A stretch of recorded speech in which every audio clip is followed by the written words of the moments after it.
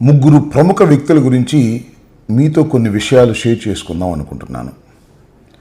దానిలో మొదటి ప్రముఖ వ్యక్తి ఈ రాష్ట్ర ముఖ్యమంత్రి నారా చంద్రబాబు నాయుడు గారు. సుదీర్ఘ రాజకీయ జీవితం కలిగినటువంటి వ్యక్తి. ఉమ్మడి రాష్ట్రానికి, విడిపోయిన రాష్ట్రానికి సుదీర్ఘకాలం ముఖ్యమంత్రిగా పనిచేస్తున్నటువంటి రాజకీయ నాయకులు. చాలా కింది స్థాయి నుంచి అంచెలంచెలుగా ఎదిగి రాష్ట్ర ముఖ్యమంత్రిగా ఇవాళ ఉన్నారు. రాష్ట్ర ముఖ్యమంత్రిగా ఉండటమే కాకుండా దేశ రాజకీయాల్లో కూడా చాలా సందర్భాల్లో కీలక పాత్ర వహించినటువంటి వ్యక్తి నారా చంద్రబాబు నాయుడు గారు.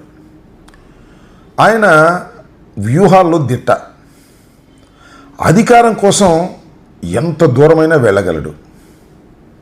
అందితే జుట్టు పట్టుకోగలడు, అందకపోతే కాళ్ళు కూడా పట్టుకోగలడు. వ్యూహాల్లో బాబు గారిని మించిన రాజకీయవేత్త బహుశా భారతదేశంలో ఎవరు లేరే అని చెప్పుకుంటారు. అలాంటి వ్యక్తి నారా చంద్రబాబు నాయుడు గారు. ఆయన మొత్తం జీవితాన్ని ఒకటి పరిశీలిస్తే ఒక చిత్రమైనటువంటి విషయం మనం గమనిస్తాం. అదేంటంటే, నందమూరి తారక రామారావు గారు కాంగ్రెస్ పార్టీకి వ్యతిరేకంగా, ఇందిరాగాంధీకి వ్యతిరేకంగా చాలా కసిగా ఆంధ్ర రాష్ట్రంలో 1983లో తెలుగుదేశం పార్టీని స్థాపించారు. అప్పుడు నారా చంద్రబాబు నాయుడు గారు తెలుగుదేశం పార్టీలో లేరు, లేకపోయారు. ఎన్టీ రామారావు గారు ఏ పార్టీ మీద వ్యతిరేకంగా పార్టీని స్థాపించారో ఆ పార్టీలో, కాంగ్రెస్ పార్టీలో చాలా క్రియాశీలకంగా ఆ రోజున నారా చంద్రబాబు నాయుడు గారు ఉన్నారు అని ఒక మాట కూడా అన్నాడు. అప్పుడు ఇందిరాగాంధీ ఆదేశిస్తే మా మామమ్మ గారి మీదైనా పోటీ చేస్తాను అని చెప్పాడు. అంటే లాయల్టీ ఆఫ్ కాంగ్రెస్ పార్టీని ప్రదర్శించే ప్రయత్నం చేశాడు.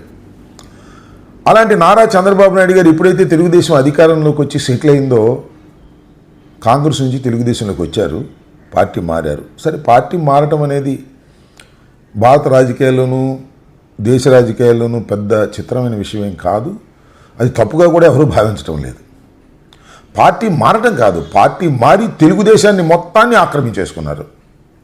ఇవాళ ఎన్టీ రామారావు గారితో కలిసి పార్టీ స్థాపించినప్పుడు ఉన్నవాళ్ళు చాలామంది స్వర్గస్థులయ్యారు. ఉన్నవారిని రాజకీయంగా స్వర్గస్థులు చేశాడు చంద్రబాబు నాయుడు గారు. ఇప్పుడు తెలుగుదేశం అంటే చంద్రబాబు నాయుడు గారు, చంద్రబాబు నాయుడు గారు అంటే తెలుగుదేశం.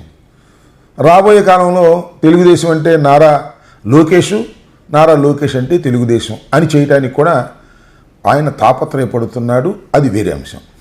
ఇది క్లుప్తంగా నారా చంద్రబాబు నాయుడు గారి గురించి చెప్పదలుచుకుంది. ఇక రెండో వ్యక్తి, పక్క రాష్ట్రంలో ఉన్న తెలంగాణ ముఖ్యమంత్రి రేవంత్ రెడ్డి గారు. ఈయన కూడా చాలా చిత్రం. ఆయన తెలుగుదేశంలో ఉన్నారు. చంద్రబాబు నాయుడు గారు పర్మిషన్ తీసుకుని తెలుగుదేశం నుంచి కాంగ్రెస్లోకి వెళ్ళి ఆ కాంగ్రెస్ మొత్తాన్ని ఆక్రమించుకున్నారు.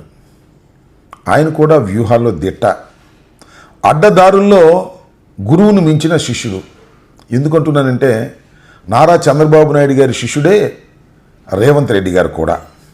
ఈ రేవంత్ రెడ్డి గారు అడ్డగోలుగా, అడ్డదారులో కాంగ్రెస్ పార్టీ ముఖ్యమంత్రి అయిపోయారు. అదృష్టవంతుడు.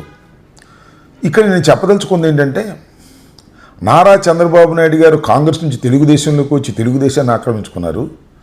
తెలుగుదేశం నుంచి రేవంత్ రెడ్డి గారు కాంగ్రెస్లోకి వచ్చి కాంగ్రెస్ మొత్తాన్ని ఆక్రమించుకున్నారు. ఇవాళ కాంగ్రెస్ అంటే రేవంత్ రెడ్డి అంటే కాంగ్రెస్. తెలంగాణలో కాంగ్రెస్ పార్టీలో కష్టపడినవారు, కాంగ్రెస్ పార్టీలో ఎన్ఎస్యూ ప్రెసిడెంట్లుగా, యూత్ కాంగ్రెస్ ప్రెసిడెంట్లుగా, యూత్ కాంగ్రెస్లోనూ ఎన్ఎస్యూలోనూ పనిచేసినటువంటి చాలామంది వాళ్ళు వెనకబడిపోయారు. రేవంత్ రెడ్డి గారి వెంటే తిరగాల్సినటువంటి పరిస్థితి ఏర్పడుతుంది. తెలంగాణలో ఒక తిరుగులేని కాంగ్రెస్ నాయకుడిగా ఇవాళ రేవంత్ రెడ్డి గారు ప్రభావం చూపుతున్నారు. ఆయనే ఏమంటే అదిలాగా ఇవాళ అక్కడ కాంగ్రెస్ పార్టీలో ఉన్నది. వీళ్ళిద్దరూ రెండు పార్టీల్లో ఉన్నారు. రెండు పార్టీలు మీన్స్ వ్యతిరేకమైన పార్టీల్లో, ప్రత్యర్థి పార్టీల్లో. ఇది మనం ఇక్కడ గుర్తుపెట్టుకోవాలి. అయినా వారిద్దరి మధ్యన బంధం మాత్రం బలంగానే ఉంటుంది.